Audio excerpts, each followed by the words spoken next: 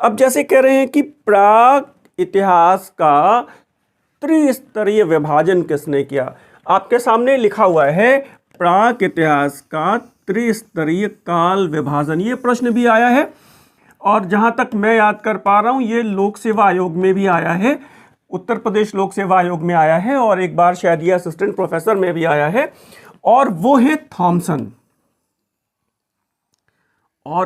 Thompson, three as system.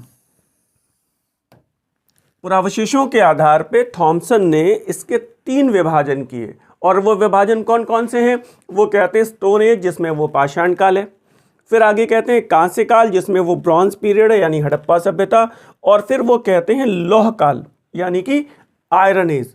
तो 3 प्रश्न यहां पर बने। प्रागैतिहासिक काल के जनक रॉबर्ट ब्रुसवुड, देन प्राक इतिहास शब्द का सर्वप्रथम किसने प्रयोग किया, डैनियल विल्सन, और कहते हैं कि प्राक इतिहास का त्रिस्तरीय काल विभाजन किसने किया। तो आपके पास जवाब है सामने थॉमसन। अब ध्यान दीजिएगा, अब अगर अगला प्रश्न आपसे यह कहता है कि ये बताइए मध्य पाषाण काल के जनक कौन है। बहुत ध्यान से देखिएगा, मध्य पाषाण काल के जनक कौन है। तो मध्य पाषाण काल के जनक है C.L. कार्लाइल। बहुत इंपॉर्टेंट प्रश्न है, लगातार चीजों को आप ध्यान रखेंगे। मध्य पाषाण काल के जनक हैं C.L. कार्लाइल और जिन्होंने 1867 ईस्वी में विंध्य क्षेत्र से कुछ लघु पाषाण उपकरण प्राप्त किए। इन्होंने, ध्यान रखिएगा, लघु पाषाण उपकरण को माइक्रोलिथिक शब्द यूज होता है, लघु पाषाण उपकरण।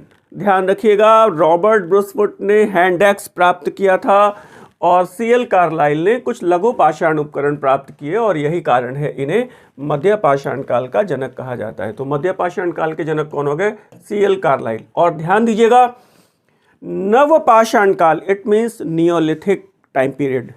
नव पाषाण काल शब्द का प्रयोग सर्वप्रथम किसने किया, तो वो है जॉन लुबॉक।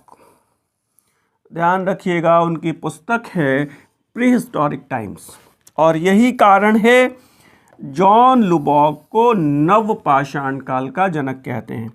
आप ध्यान रखिएगा, हमेशा एक प्रश्न आप गलत करते हैं।